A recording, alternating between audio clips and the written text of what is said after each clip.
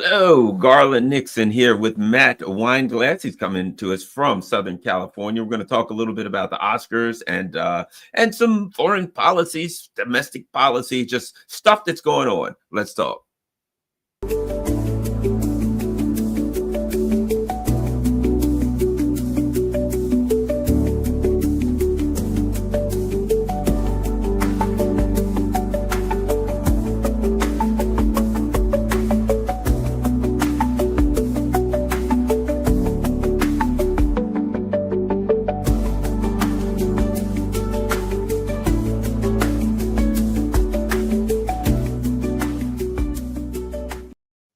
Hello, Matt Garland and Matt and Garland here, and we're hanging out again this week. We always have a lot of fun. Matt, tell everybody where they can find you online, where they can find your stuff. Yes, we're on Rumble, the Homeless Left. That's been our home base. We're also on YouTube. Now, we had to start a new YouTube channel because they terminated our last one. So you can find us on YouTube at THL Presents. But the show's called The Homeless Left. Wonderful, wonderful. All right, let's get started. So we had the Oscars. And, there's issues going, I've told you my issues with Hollywood, and it's simple to me. It's simple.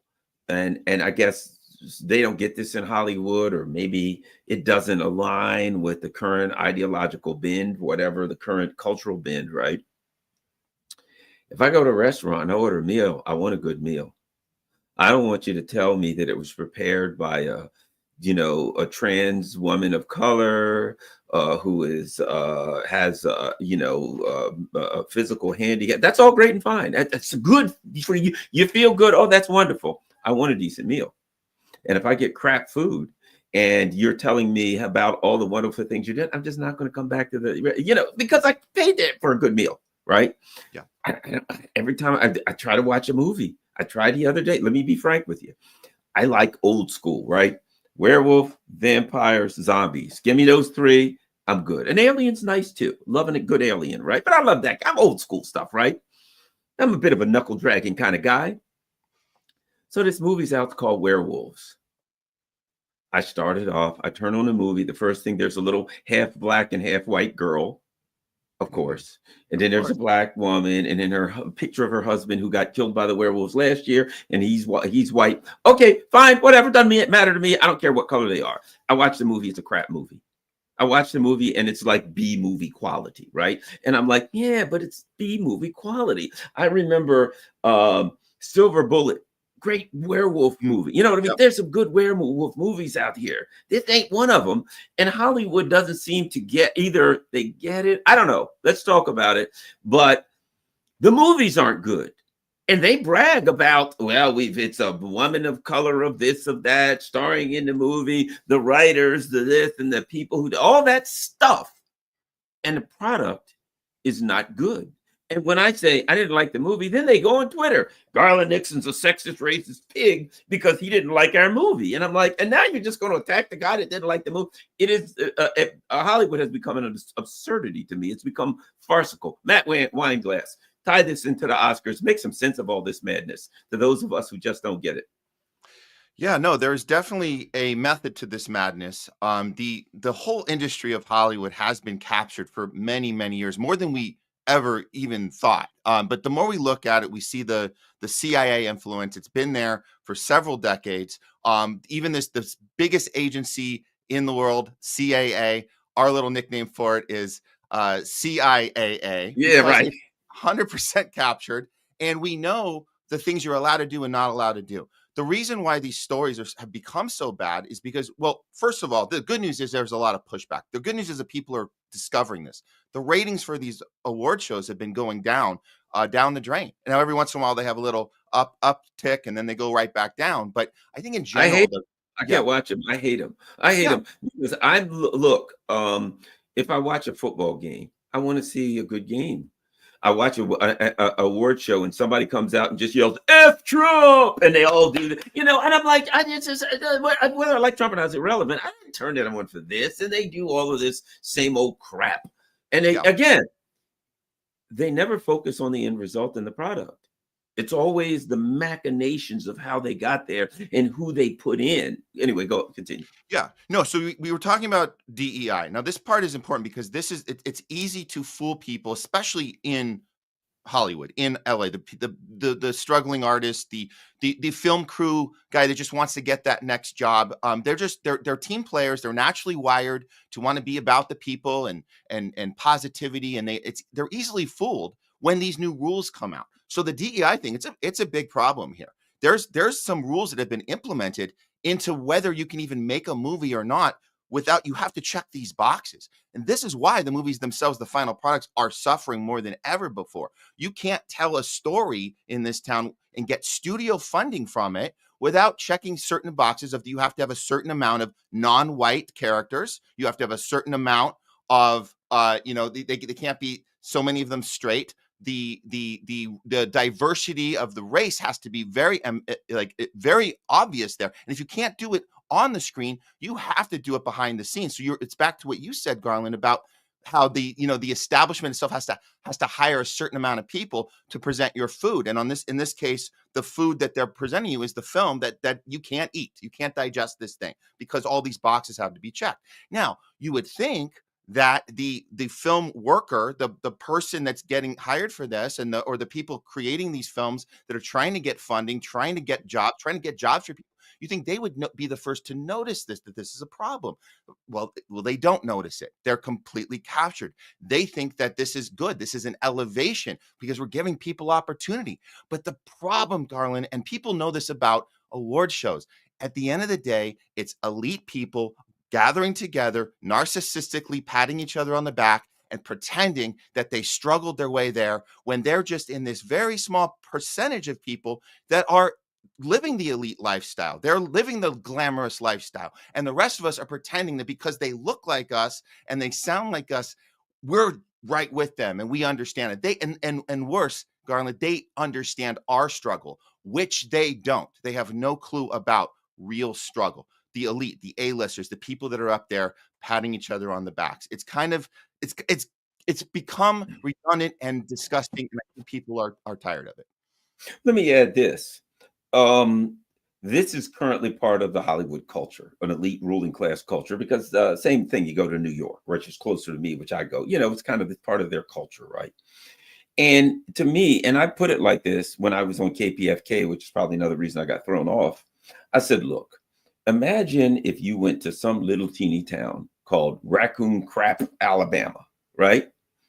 And in there, and they said, okay, no more Hollywood. You guys are going to make the movies. You're going to decide what they're about and blah, blah, blah, right? And they're like, great. We're going to make a movie about Zeke and Skeeter go coon hunting. And they chewed tobacco, and they got in their truck, and they put on their camouflage gear, and they went coon hunting. Then we're going to make a movie about Skeeter's wife that makes great flapjacks. And then she comes out and she plants collard greens. And then maybe she finds a possum and she has possum stew. Which I'm just being facetious, but you know what I mean. Right. I'm just being over a farcical culture of some tiny little southern town. Okay.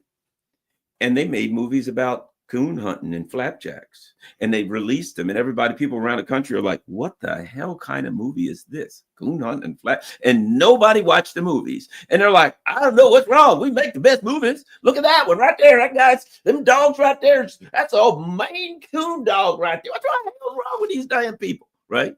People would say, well, your culture's fine, but it's a very small area, and everybody else ain't necessarily into flapjacks. You know what I mean? That's what it is. They have a culture that's great in New York, fantastic in parts of LA and San Francisco. But when you get out to the rest of these places, you got knuckle dragging guys like me who want to see a freaking werewolf mangle somebody, for God's sake. And they don't have to be like a diverse group of women that get mangled. Just mangle somebody. Yep. Anyway, I guess I'm getting carried away. That was a great hypothetical, and it makes a lot of sense because it is you're isolating, you're alienating your audience, and so people will probably wonder, okay, well, how is this a sustainable approach to filmmaking. Well, it's not It really ain't. sustainable. It's not sustainable. Well, then why would they do it? Because we know the capitalist model is you do the thing that's profit over people. Why would you keep doing a thing if it's not going to, if there's no end result of profit? Well, the thing is that this model had been working, Garland. It had been. The two things that are very important that things have changed right now is that we have the streaming phenomenon, right? So you have these Netflixes and Amazon kind of taking over, buying everything up. I mean, Amazon just bought the James Bond franchise. Like, this just happened. This is insane. They already own MGM. So this is Jeff Bezos, right? Just going to town, buying everything up. Netflix, you have Hulu, you have all these different, streaming platforms. One of the things that they haven't had to do is release their data and show us what is the thing, where are the numbers coming from? And so they've been shortchanging filmmakers. They have been screwing the artists that sell their product or that they're supposed to be getting residuals. There used to be a thing when your show, if you had a TV series, like every time, I'm just gonna say this one because this has been in our kind of lexicon recently, is Jerry Seinfeld. Every time a Seinfeld episode airs, he gets paid. That's how it works. How does that work on Netflix? How does that work on Amazon? It doesn't. So this is the thing that we all were quote unquote striking against, and I'm putting striking in quotes because the SAG strike, the SAG-AFTRA, and the WGA strike that happened this last year and before that, it was not a real strike. It was something that was a top-down decision that basically ordered us. And I am SAG, so I'm getting these emails. This is from Fran Dresser. She's the AOC of Hollywood. She's very good. She can cry on command. She pretends that she's sticking it to them. She's like, I'm going in there to represent you guys. Wish me luck. I'm going to stick it to them. All of it is theater. They email us instructions of standing outside of Netflix, making us think that we're sticking it to the studio execs upstairs when the whole thing was just one big show. Why did we have to do that? Because there was this idea that we're going to fight back against these studio heads and we're going to get a deal in place. We're going to fight back against the fact that they're not paying us to air our stuff on their platforms. We're also going to fight back against the AI problem. That's the second issue, because AI, what they're able to do is take people's likeness and use it forever and ever and ever and not even acknowledge you. That's something they've been able to do. So what was the strike about? Well, it was about they have to put it on the table and tell us they're doing it before they do it. And then you sign, I agree to this. That's a good idea. I agree to it. If you don't sign, you're fired. That's the deal that Fran Drescher got for us. And we're all supposed to be happy. Oh, you did it. Meanwhile, we were out of work for 18 months, standing out there, waiting for this big deal to come through. So all of that happened last year. So now we're pretending that we solved this problem when we haven't. And now we still have to turn our TVs on and go to these. Well, we're going to these like SAG Awards parties, and like it's honestly, Garland, we're kind of over it. This idea that one day we're going to be on that stage giving that acceptance award, standing up there with Fran Drescher, and they're all working so hard. No, there's a major divide. This is class warfare that people don't even know is happening. They're going up there taunting us with their trophies and acting like they're struggling when we're the ones struggling out on the street and waiting for the next email. If the people would understand that that's not how organizing works, we have to send our own emails. We have to organize our own way. But the people in Hollywood don't know that because they've been conditioned to wait for the phone call. And that's the phone call of you got the job. And come into the room and meet the director and the executive producers and do whatever they tell you. And that's the reason why artists have been wired this way, to do what they're told, keep your mouth shut, wait for that phone call, wait for that email. And one day you just might be up there on that stage with Fran Drescher. The other thing I wanted to ask you about is this, not that we're getting away from that. The content of the movies. Every time I turn on a movie, it's a war movie, or it's some plucky, young, diverse group of CIA operatives who are standing up for good in the world. You know what I mean? It is whatever country that the adversaries that the CIA have decided are the bad guys. Well, what's the movie today? A bunch of South Korean, Venezuelan, Russian, and Chinese evil terrorists attack and just kill everybody for no reason. You know what I mean? And I'm like, and I'm not supposed to realize that I'm getting totally propagandized, and nobody perhaps involved in the movie says, hey guys, this is just war propaganda we're doing here. Nope. Well, sometimes it's hard to tell that it's propaganda. I mean, it was hard for us. I'll have to admit it. I didn't fully understand the capture of the CIA in our industry until kind of recently in the last few years, Garland. I didn't realize that these are subtle messages in there sometimes. But like, here's an obvious place. So for viewers who are hearing about this for the first time, let's start with the movies that win the awards. Let's start with that. How do you know you can win awards for your film? Well, these are the two topics that'll sure enough guarantee you at least a look, and that's going to be a Holocaust World War II movie or a movie about slavery. So we knew that. So that's easy to see. You can see that. And a perfect example is Adrian Brody winning his second Best Actor award this past weekend for The Brutalist. I mean, here he is up there 20 years after he won for the movie The Pianist. Both of these characters are about struggling to stay alive during the Holocaust. This particular was a Hungarian Jewish Holocaust survivor, and he immigrates to the U.S., where he struggles to achieve the American dream. This is all subtle, this idea of planting this idea that the characters we root for are going against a particular struggle, and America is the good guys saving the day, and this is about manufacturing consent for the next proxy war or the next illegal occupation, because Hollywood makes us feel good about being American and saving the day. Because Garland, and I'm being totally facetious here, everybody knows America is the reason why we took down Hitler, right? We're the ones that saved the day, not Russia. No, not Russia. No. So, and I'll throw this other one in. This other, the supporting actor, Macaulay Culkin's brother, who won, Kieran Culkin, he won for A Real Pain.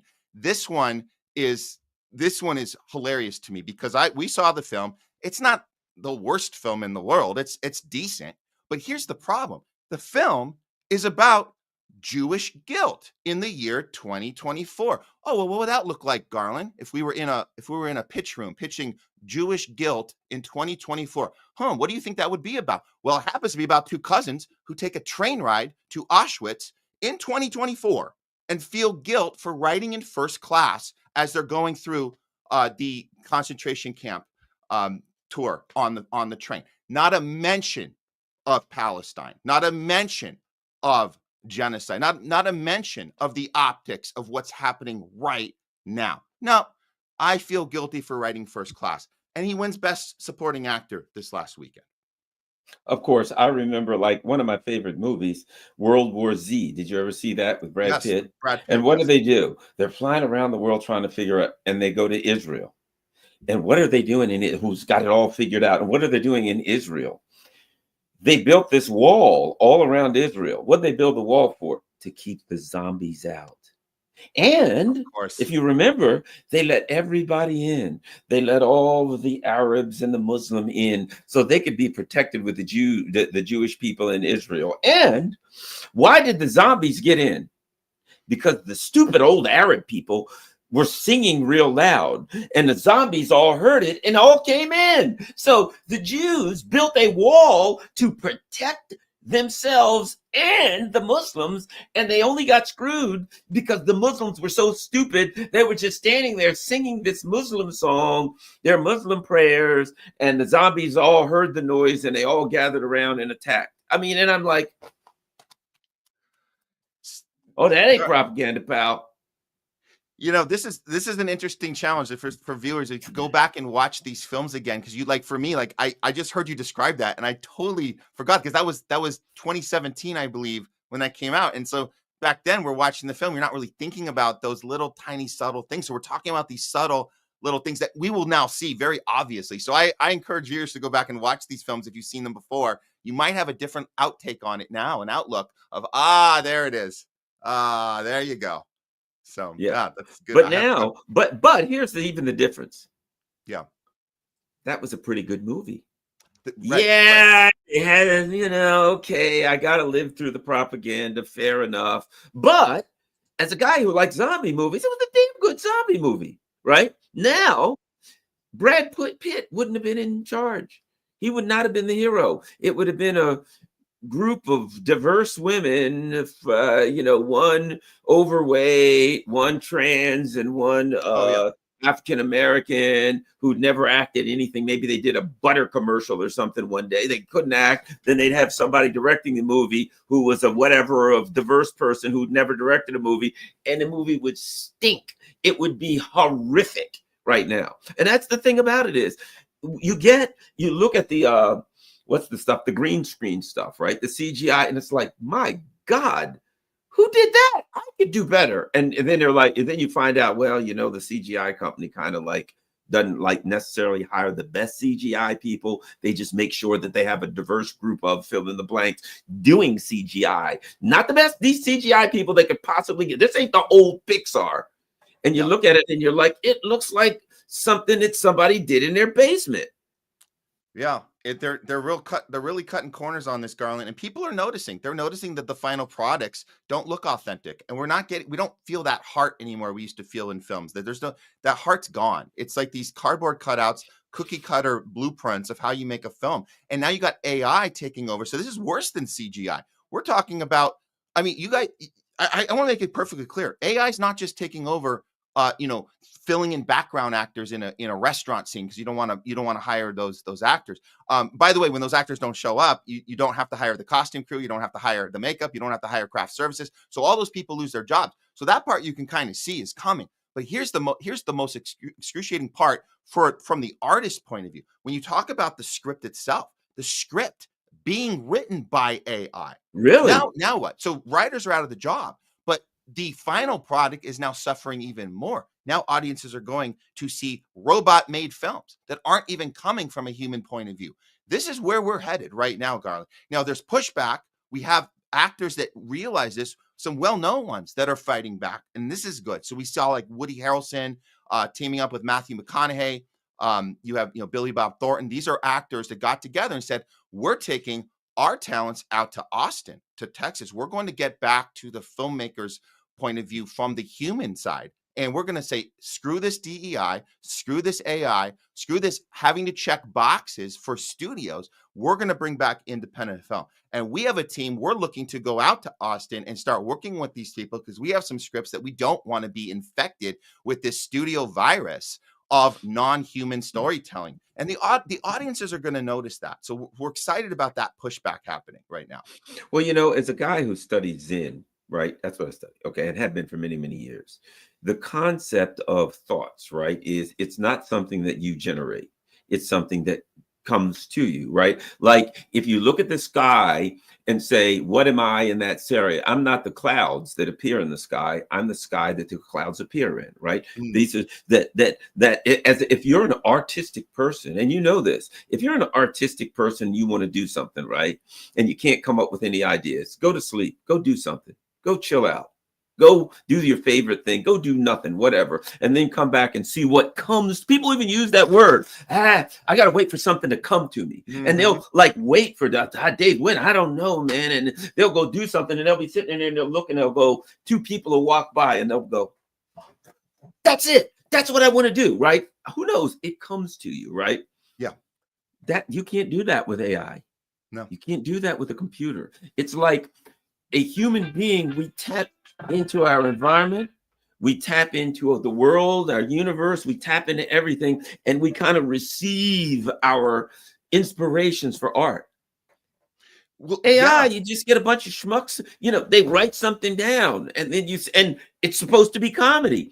I don't know how many comedies that I've read, and they're like, well, that wasn't supposed to happen. Right on the set, the guy, Martin Lawrence, whoever it was, Mork and Mindy with Robin Williams, they're like, oh man, so many times the guy would just get going and we just get out of the way. And he would just start saying crazy stuff. And it just, it didn't even come to him. He just started doing stuff. AI can't do that. Yeah. And it's kind of like the formula, and this is the pushback. This is what they would say. They go, well, we're not getting rid of all the human factors. Here's what we're going to do, guys. It makes sense. We're going to have AI kind of create the thing. And then we're going to bring in some human people to kind of guide it through and kind of make a little adjustments. And then we'll feel like everybody participated. No, that's not good either. Because you mentioned, this is a key part you mentioned, that aha moment you get, there's a process for that. And it could happen to the writer as they just need to clear their mind and something will come. It can also happen to the director. If you think about this, And for those who've ever been on a film set, or you've ever been part of anything, any sort of production of any sort, small, medium, big, whatever, there's a process you go through from the beginning to the middle to the end.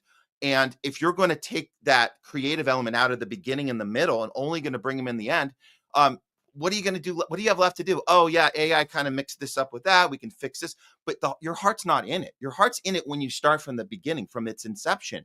That's where you get those aha moments, those things you can't describe, you can't put on paper. The Robin Williams monologues. These are spontaneous moments that occur and get us greatness and get us these moments in film history that live forever. And we're not going to have those anymore at this rate. Yeah, it's and I don't know if you've ever watched this, but I used to watch the old the Carol Burnett show. Ah, yes. Harvey Yes. Korman and Tim Conway. Man, those guys would put you on the floor. And that was like live stuff on Yeah. stage. And they'd screw up. And when Yeah. they screwed up, they'd make a joke out of it. And that was the funniest stuff. That's reality. So what we're gotten away from is reality. And here's the thing. You can't say we're going to do this, this, this. And then when we get to 1 hour and 17 minutes and 37 seconds, I want you to be creative then. You know what I mean? Even then, that's the opposite of creative. Do you think, because I'm looking at it right now and I'm like, I can't, I'm like, okay, I'm going to watch Werewolves. And I started watching it and it looked like something like a sixth grade play, Christmas play. You know what I mean? I'm waiting for some kid to come in, dressed as an elf, forget his lines and start crying. That's the only thing that didn't happen, right? I'm looking at that and I'm thinking, R.I.P., buddy. It's over for Hollywood.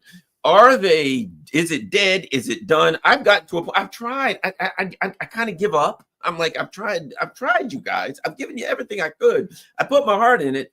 You've let me down for the last stinking time, right? Yeah.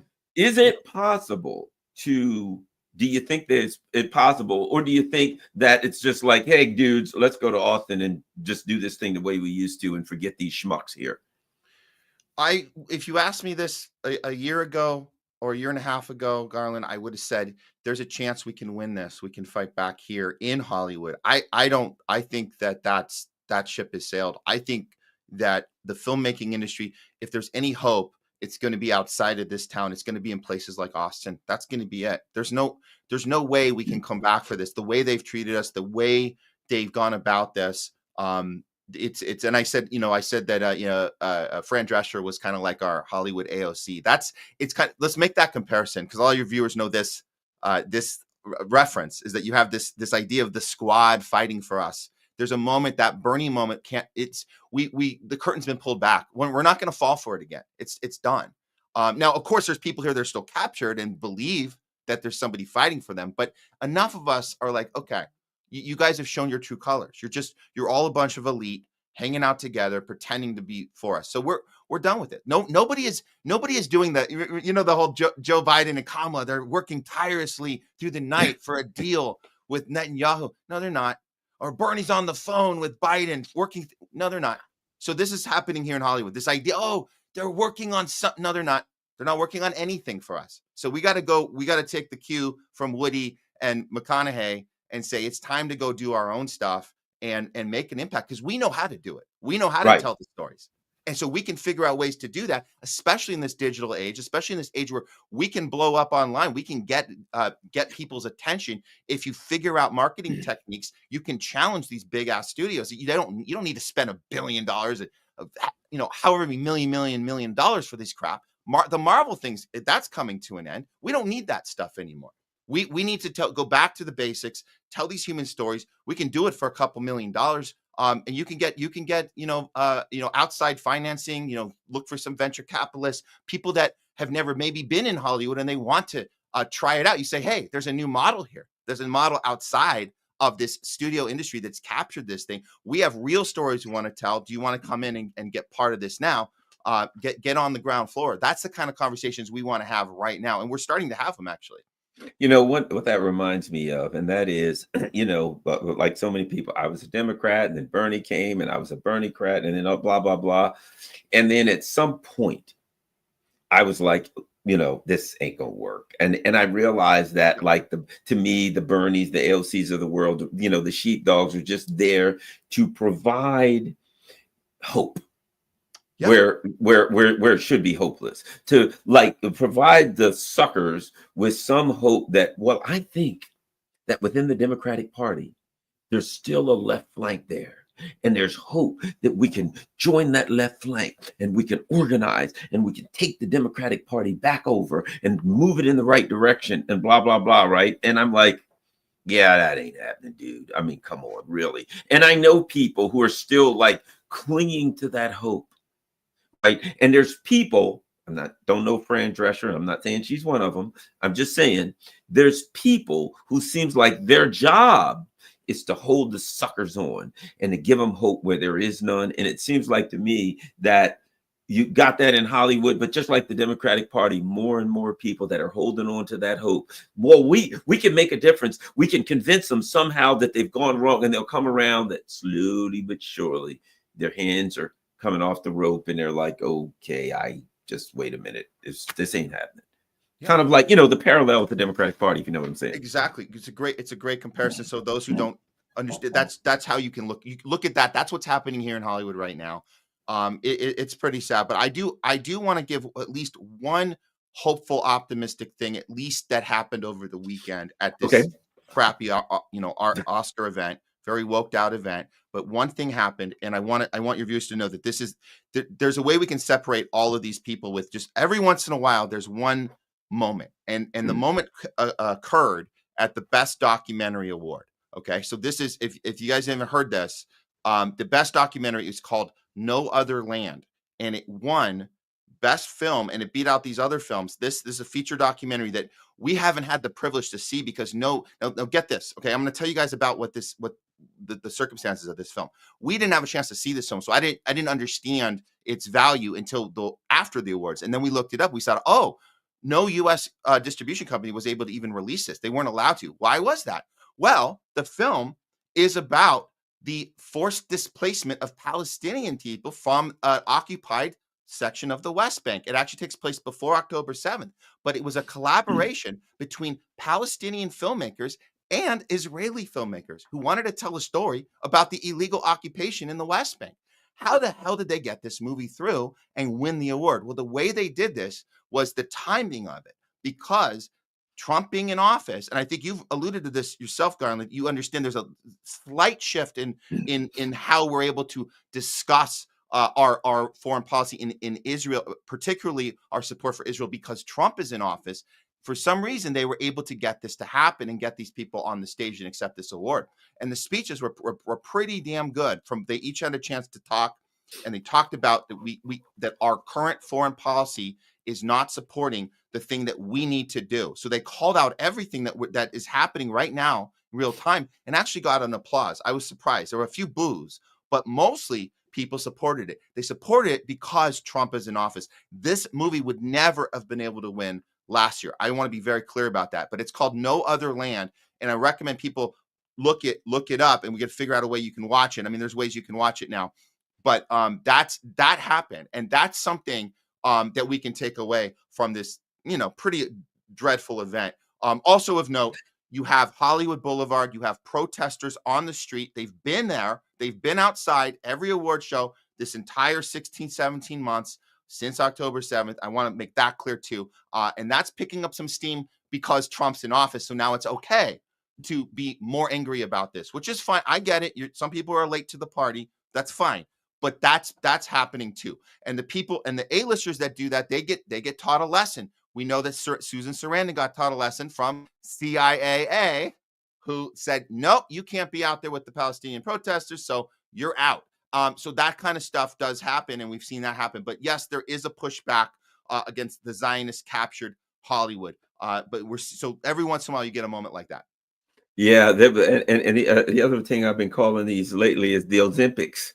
You know what I mean? Instead of the Olympics, because I'm seeing these people that I haven't seen in a while, and they were, getting a little older. Perhaps they needed to be a little more discretion when they went to the restaurant. And I'm like, hey, I know that actor or actress. Looks like perhaps they need to get on a treadmill a little bit, right? Now they're all wandering up, and they're all skinny as a string bean. And I'm like, man, which, as you know, my position is, they're your guinea pigs, because this stuff you know, we don't know the long-term effects, and we're already seeing some bad short-term effects, and it paralyzes your stomach muscles, and everybody's like, oh, I'm going to lose weight. And it's like years ago, there was this thing called fin, and Yes. people took that, and then a bunch of people had heart attacks, and they're like, okay, perhaps that's not a good idea there, and they made it illegal. And I feel like, 5 years from now, you're going to look back, and Hollywood's going to pretty much have a whole new group of people, because they're all going to have croaked from Ozempic, from the, if it comes out something bad like that. Not saying that is a reality. We don't know. Do you have a comment on the Ozempic effect in Hollywood? Oh yeah, no, we kind of do know, Garland. It's headed that direction. We're seeing so many side effects from this horrible thing, and I know people like the fact, oh, it gets to treat my medical condition, and I get to lose weight. Oh wow, a 2-in-1. Well, here's the problem: is that yeah, there's a ton of consequences to this thing, and like you said, people are wired to be that guinea pig. They don't know they're being a guinea pig. They got no sense about it, and it's really sad. I have close colleagues and friends that are on it right now, and they're Me posting too. about it and saying, "Oh, look at me! I lost 20 pounds. I lost 30 pounds." And it's like, but you're taking this experimental poison. This is, but you and I know this. The viewers know this, but they don't. And I don't. It's very sad. It's very, very sad to see them go through this yet again after everything that went down with COVID, after everything that went down with this thing. That there was no trial data. There was nothing. There's nothing that you could reference that would make you feel in any way, shape, or form that you're okay taking this thing. You are, like you said, Garland, you are a guinea pig to big pharma. And I'll throw in, we saw that speech last night with Donald Trump, and we saw the one moment where he introduced RFK Jr.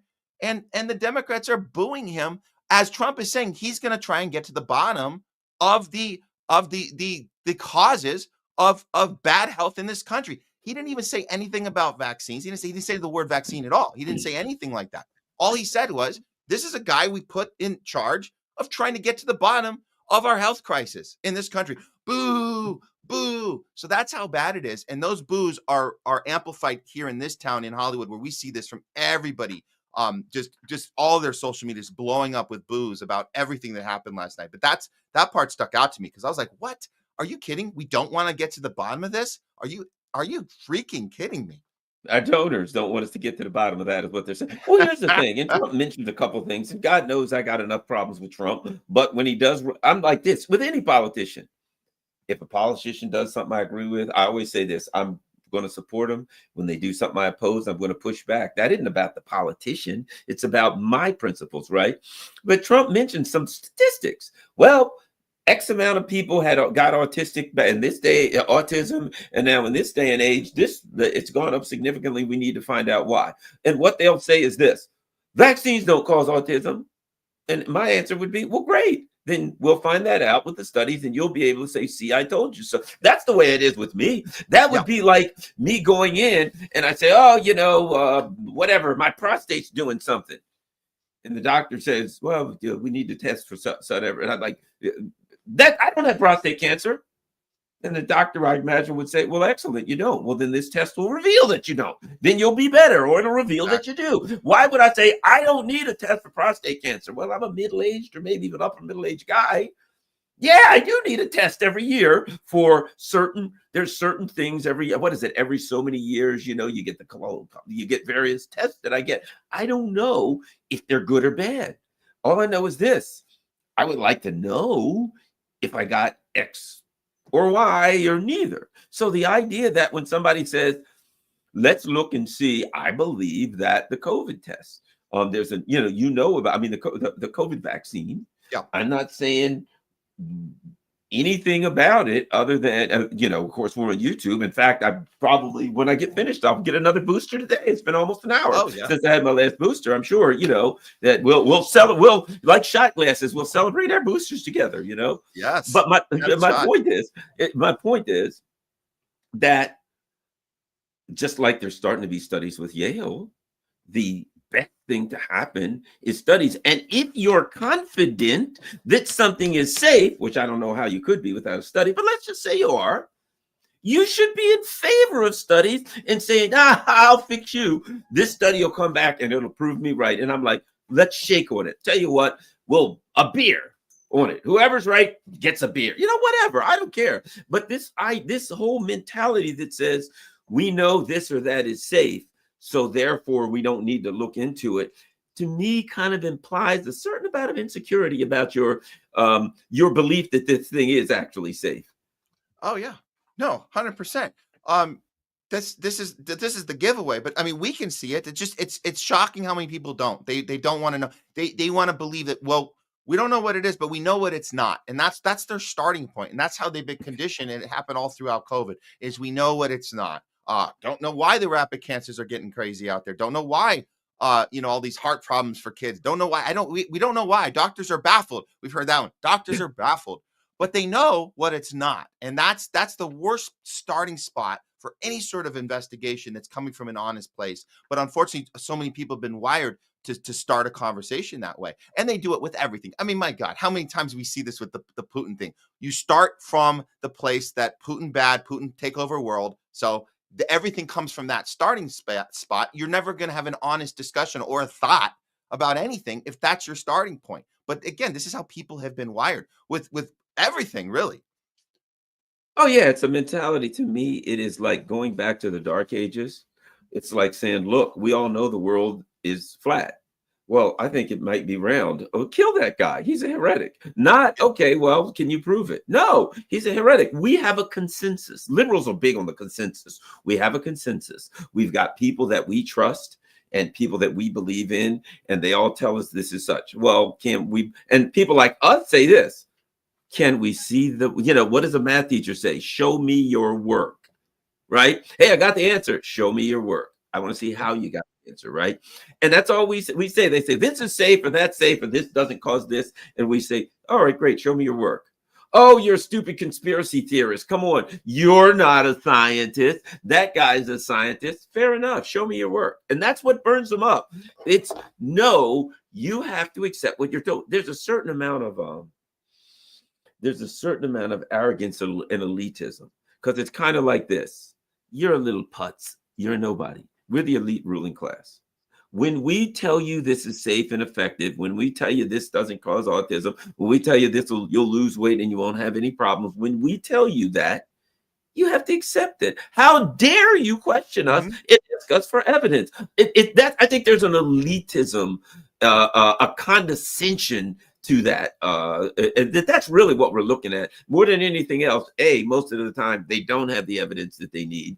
They don't want to look at the evidence because they're making money. But then there's a certain amount of elitism that says, how dare you, little nobody, ask us for our work? We don't have to show it to you. Yeah. Yeah. And a lot of people say that the COVID, it was a trial. It was a trial to see how many people will go with this completely illogical approach to, hey, we're all in this together. 2 weeks to slow the curve. Here's the plan. If you argue it, you challenge it, you want to kill grandma. So they started that up top, and it was like, you look back and you go, okay, a lot of us figured it out, and maybe it didn't go completely according to plan as they saw it, but enough people went with it, and they're like, okay, now we have the data. Now we know how many people will fall for this the next time we do it. So that's the thing. Like this, we just need to keep having these conversations and waking people up, because I don't know. I like to be optimistic and say there's people that one day they'll have that aha moment and go, oh, we were lied to. Oh, wait a minute. I wasn't using my own head. Who knows? Maybe they're hopeless. I don't know. But we want to keep trying and keep having these conversations regardless. Well, let's go into something else that I think is important. I've coined the phrase bluello, right? That blue yellow the bluello, the color of propaganda, right? I wouldn't even want to go to Hollywood. I would imagine in LA, every friggin' fire hydrant, everything's is the color of the Ukrainian flag, blue and yellow, right? It's sickening some places you go. And certainly last night I watched the Trump speech or whatever. All the Democrats, they got on blue and yellow ties. Everything's bluello, right? What are your thoughts on the Zelensky propaganda wave, particularly after he goes there and he gets in an argument with Trump? Look, I could criticize Trump, but here's what I'll say. It appears to me that Trump does want to end the conflict for whatever reason. I don't care. It seems to me that he's struggling because he doesn't really have a plan, but okay. Fair enough. That's better than not wanting to end it. So maybe we'll get there. Maybe we won't. Okay. But he gets in an argument with this, the green suited elf Putz. And now they got to turn this guy into the second coming of, FDR. He's the great, the great leader during war and all this kind of crap. And he just seems well, anyway, your thoughts on the Z propaganda? Well, I think, Garland, that we were maybe a little over optimistic that the Dems would make kind of curb this a little bit, make it a second or third priority for themselves after such a just such a failure of 3 years. I mean, everything that we predicted happened. The money just was thrown down the toilet, all the lives lost. If anybody is paying any attention, they can see that the Ukrainian citizens themselves, they don't want to fight. They're like being dragged out of their houses, and like the fact that you can't even recognize it. Let alone put aside the neo-Nazi element. They don't want to even look at that. Fine, we're not even looking at that. You guys are forcing people. This is the definition of a proxy war, and they're being used as cannon fodder. I thought that by now at least they would just save face and it's like, let's just not talk about it. Let's just put it in the back seat. No, they, as you said, they doubled down crazy hard on this. There's yellow and blue paraphernalia everywhere. Everybody put it back up on their social media. The Bernie voice here is insane because there's still Bernie people here. All these different groups online, and they're just doubling down that Zelensky is the hero of the Western world. He's the hero now. This is like amplified in the last week because of that confrontation, and now after the speech last night, it's even more so. This is insane. But I have to tell you, Garn, like the simplification of this issue is the thing that they're promoting right now. So you can see from a psychological point of view, you can see it. You can see these, and these are industry professionals, people with a lot of clout here. They're putting out these garbage memes, and I think you've seen these ones where you have the dam and it says Ukraine, and then you have Russia's the water and Europe is on the. So this is like, they're saying things to people like, if you can't understand it, let me break it down to you as simple as possible. Picture. And you're just like, well, that's you revealing how simplified your mind has become. You're telling us that you can't understand anything beyond a third grade level of a picture of a dam, because that's all your mind's able to process. You think that's a check for you by showing us this picture. We're looking at it and we're going, you haven't been paying attention to anything. This is when you simplify our foreign policy, when you simplify geopolitics, when you simplify historical context, and you write down to a meme, you're the one revealing how elementary your logic, your ability to reason and not reason has become, and you're throwing it out to the world. And that's what's happened, especially here in Hollywood. And I have to say, I admit I was kind of wrong. I didn't think they were going to admit that they got it wrong. I just thought it would kind of go back a couple notches from the thing they're mad about. But no, Zelensky, hero. Trump is a piece of crap for wanting to participate in diplomacy, which you need to do to end a war, to end conflict that could be leading, as we know, to nuclear annihilation, World War III. So the fact that they've been trained that he's the bad guy for talking, we don't want to talk to anybody, we just want to keep throwing money into an endless thing. I thought that Trump's best moment was when he said, hey, we've been putting how many billions of dollars into Ukraine for the last few years. It's the only time the Dems applauded. They go, yeah. And he turned to them and he said, oh, so do you want to keep doing that for another 5 years? You want to do that? And they went dead silent. And it was like, that's a moment where we can recognize, well, he just exposed how emotionally unstable and illogical any of that. It's not rational at all. And yet people here are still championing this. And these Bernie groups, these Bernie people, this is the biggest joke of all, because you would think Bernie Sanders would at least step back from this a little bit. No, he's doubled down, and he's shown us what type of president he would have been if he did get elected in 2016, 2017, in 2020, 2021. Now we know he was going to do neocon policies the whole time. So that's one takeaway we've had recently. I've always felt that, like during COVID, right? There were those of us who, when they said do this, we, said why, and come on, we researched online. Well, what about this? Oh, don't stop asking questions, you crazy conspiracy theorists. How dare you and your stupid questions, right? And there was the people that said, well, those who refuse to go along this should be put in concentration camp. Literally, Yep. those who refuse to go along with the jab they literally should be starved, should not be allowed. Well, they should be stay at home, made to stay inside all the time. Well, what if they don't have food? That's their problem. Let them all die, right? To me, that group is the same group. To me, I think that's Zelensky's the greatest no matter what. You know what I mean? That there, you know what I mean? There's an alignment there. There's a mentality that says if my betters tell me something, I should go along with it. Because here's what the way I put it during that period. I said, there are simply people who, if the government tells them to do something, they make the assumptions that the government is acting in their best interest. And then there's people like me who always make the assumption that the government ain't acting in my best interest. Because in order for the government to say, you do X, and not only do you not question it, you defend it and you attack those of us who question it, you have to believe that the government's acting in your best interest. Carlin, the government tells us to do that. And I'm like, yeah, that's a good reason to question it. And they're like, no. What's wrong with you? Go along with this. The fundamental assumption, the foundation of that is the government's telling you to do that because they're looking out for you and they want to make your life better and they want to keep you safe. That's ahistorical. History does not say that. History says something far more devious, that they're always up to freaking no good. And now with Zelensky, the government has a story about Russia.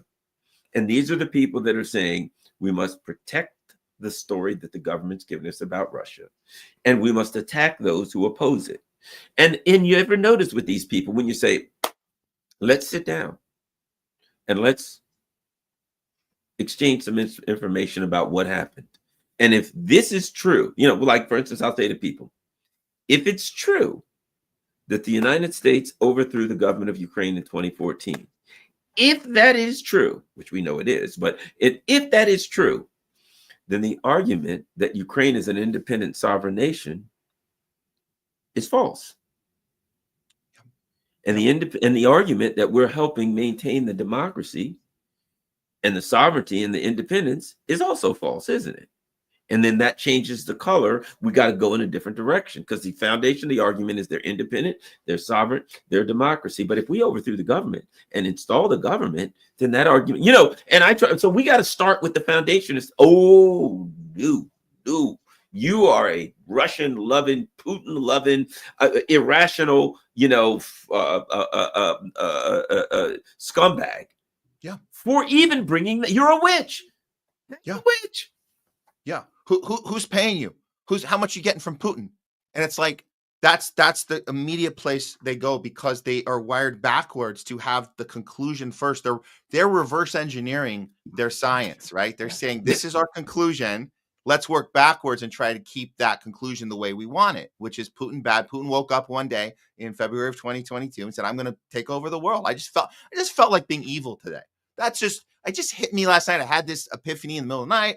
I'm going to take over the world. I'm going to start with Ukraine. I'm going to go through Europe. I'm going to get all the European countries. And oh, by the way, I have no end game because that's a ridiculous idea. Even if I wanted to take over the world, I am such an idiot. I hadn't even planned ahead. That's a horrible plan. I'm going to end in failure if I try that, but I'm going to do it anyways.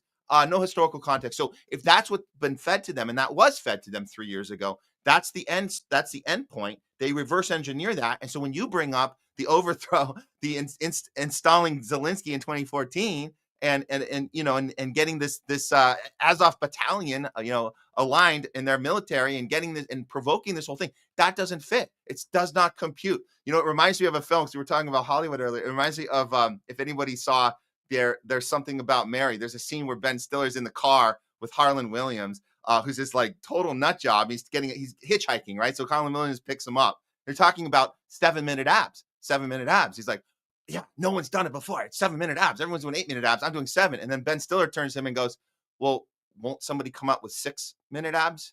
And he goes, no. That's no. So that's I share that reaction from I'm thinking about the Harlan Williams reaction. He goes, no, that's not. That And he's does just not like compute. he's That having does not compute. does not compute, having convulsions. Somebody threw something at me that I did not. That changes my entire outlook because I had an end result that I wanted, and now you changed that, and I don't know what to do, and I'm going to have convulsions. That's the face of the the vote blue no matter who's watching the speech last night, watching that confrontation the other day, and nothing computes about any other information other than Putin bad, Trump his puppet, Zelensky hero of the West. And it works like this. They don't even see the contradictions. Well, the Russian army's terrible. They're running out of missiles. They're going to lose to Ukraine. Okay. And when they get finished with Ukraine, then they're going to attack the rest of Europe. Well, wait, time out. So they can't defeat Ukraine because they're such a terrible army. They're running out of bullets. They ran out of missiles. About 10 every 3 months, they run out of missiles and weapons and everything. Their generals have all been shot. Their planes don't fly. Everything about them is bad. They're just, nothing they do works. They're the worst army ever. The people all hate Putin. He just has to be a dictator to them. It's the most dysfunctional military and country in history. So it can't win a war. And when it finishes winning this one, then they're going to attack all of Europe and just keep attacking. And I'm like, but I thought they were out of missiles. How are they going to do it? No missiles, fighting with shovels, and they're terrible. They're like, it'll be easy for them to defend themselves because they're not really that good a fight. You know what I mean? And when you bring that up, they just like, you're like, no, forget that. They're just evil. They're going to do evil things. That's how evil works. Yeah.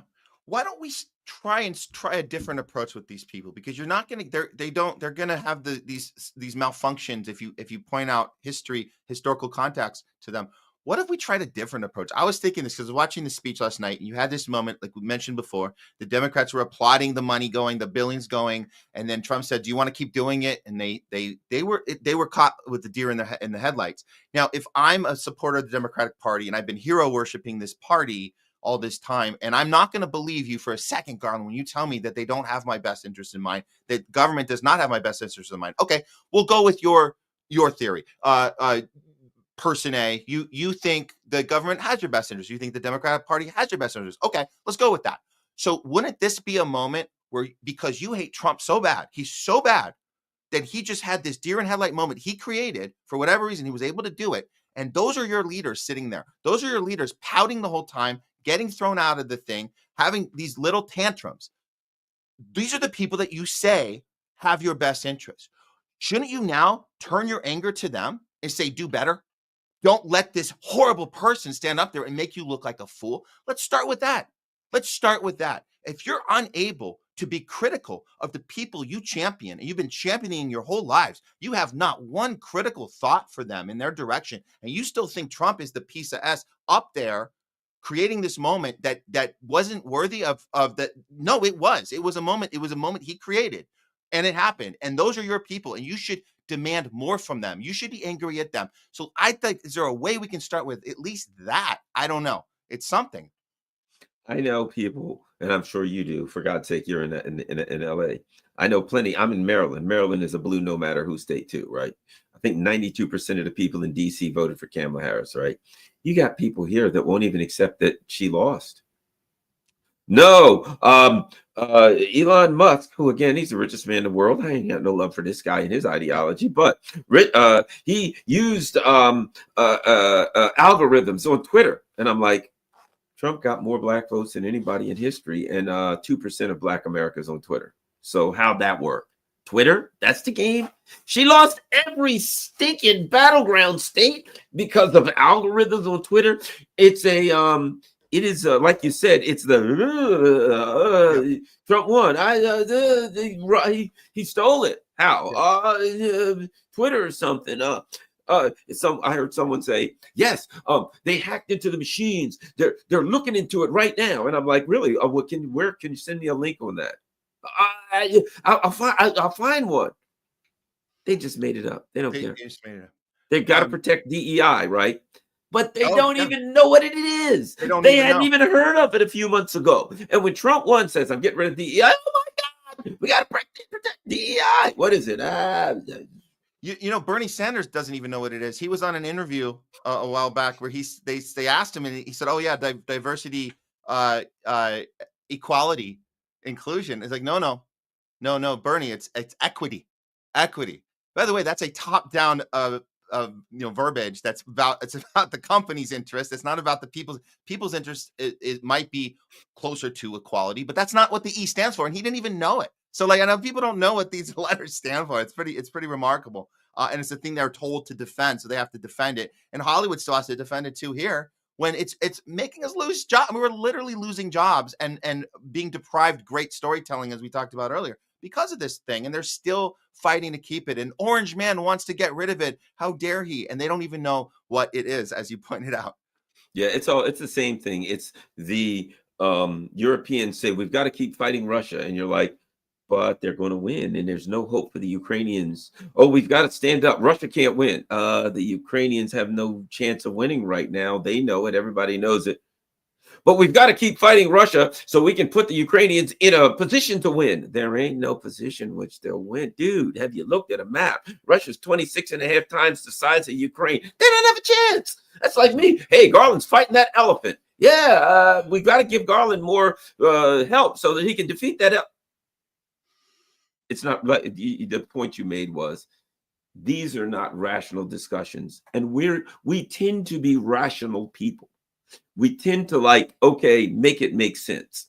And they tend to say, no, this is our position. Because it's our position, we must defend it. And it makes sense because we say it makes sense.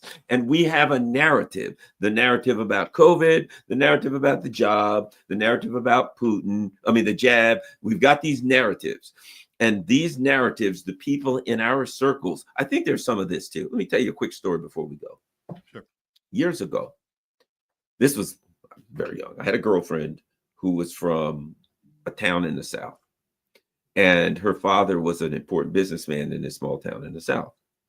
And he was of a left-leaning Democrat, kind of old school Democrat kind of nature. But he had to always pretend in public that he was a Republican because he was a businessman and everybody, you know what I mean? He couldn't come out and say it because it would have cost him economically, of course. And of course, he wouldn't be in the right circles and his friends would, oh my God, you're a Democrat. But that wasn't who he really was, but he couldn't come out and say it. And he had to lie and pretend okay. I never forgot that. And I always thought there's a lot of people who, look, you're a Hollywood schmuck and you're in these circles and you read things and you start reading and you start watching the homeless left and you're like, oh my God, I just found out about the Maidan. I just found out that there's neo-Nazis there. I just found out all these things. I just found out about the Ukraine project and Victoria Nuland. Holy crap, I was wrong. How do you go back to your circle of friends with their blue and yellow friggin' pin on their face, all of them on their Facebook page, who all stand around and say, I stand with Ukraine and Trump is evil? How do you go back in that circle and just say, well, I found some things out about it.